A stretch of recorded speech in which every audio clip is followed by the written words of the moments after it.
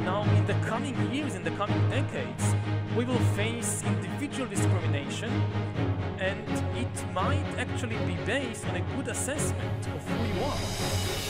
AT&T, if the algorithms and the big data algorithms of AT&T, they follow you around, they look up, most people don't really understand what's coming.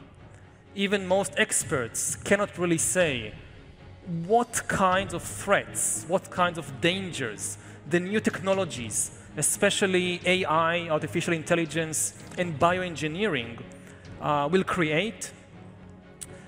There are a lot of scenarios, scary scenarios. Like if you think about artificial intelligence, so one scary scenario is that it will lead to the emergence, to the rise of a global useless class.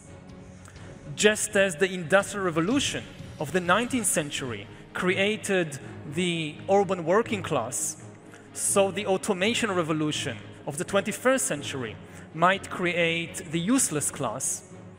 And much of the political and social history of the coming decades might revolve around the problems and the hopes and the fears of this new class.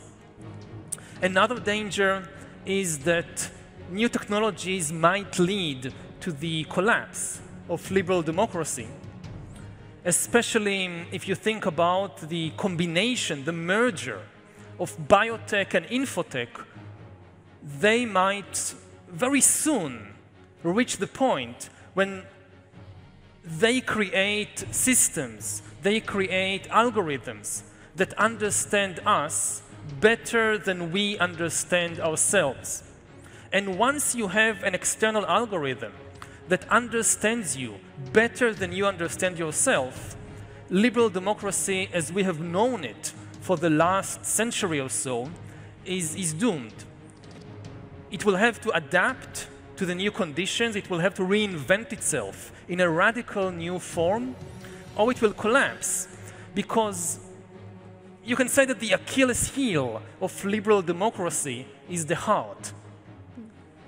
Liberal democracy trusts in the feelings of human beings. And that worked as long as nobody could understand your feelings better than you yourself or your mother. But if there is an algorithm out there that understands your feelings better than your mother and can press your emotional buttons better than your mother, and you won't even understand that this is happening, then liberal democracy will become an emotional puppet show. And we have these, these slogans of listen to your heart, follow your heart. But what happens if your heart is a foreign agent, is a double agent, serving somebody else who knows how to press your emotional buttons, who knows how to make you angry, how to make you bored, how to make you joyful? This is the kind of threat that we are already beginning to see emerging today, for example, in elections and referendums. So really, I would say that the three big challenges, the three top items on our global agenda is how to prevent nuclear war, how to prevent climate change, and how to learn to control the new technology before it learns to control us. Mother Nature, she has problems also, not our problems. As you mentioned, she's quite keen on extinction. And she does believe in that. And she wouldn't care if we are unable to cope with our problems and go extinct. Yep. Also, she wouldn't care very much if humankind splits and say a small percentage becomes a new species, better adapted to the new conditions, and a couple of billions just go in the way of the Neanderthals and the mammoth and all that. So it's very good to learn from Mother Nature, but copying her methods too closely would be, I think, very bad news for a lot of people. And another thing is with all these algorithms that, again, are watching us all the time and are learning our abilities and our problems and whether we are self-motivated or not, once the algorithms reach the conclusion that you are not going to make it, you will not be able to make it.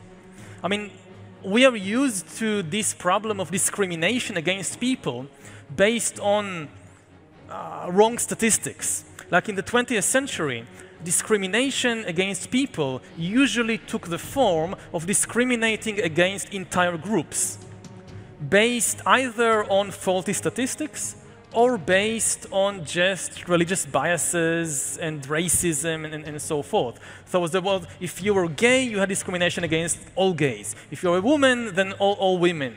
And one of the things about it is that you could actually do something about it, because most of the time the biases were not true, and because many people suffered from them, they could join together and have some political action against the discrimination.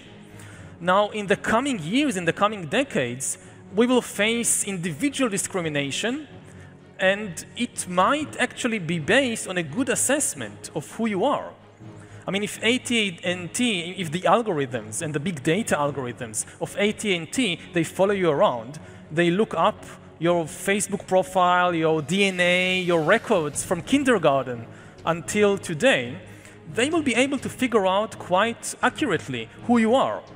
And if they, for example, find out that, oh, he lacks motivation, on the X scale, on the Harari scale, or the Friedman scale of self-motivation, 0 to 10, he is just 7.1.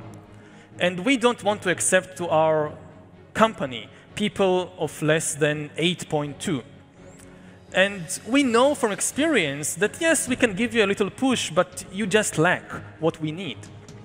And you will not be able to do anything, or almost anything, about this discrimination. First of all, because it's just you. They don't discriminate against you or me because you're Jewish or gay or black or whatever, because you're you. And the worst thing is, it will be true. I mean, they got me. I really lack self-motivation. They really got me. So what do I do about it? And it sounds funny in a way, but if you think about it deeply, it's terrible. Everybody, almost everybody has something, and you will not be able to do much about it.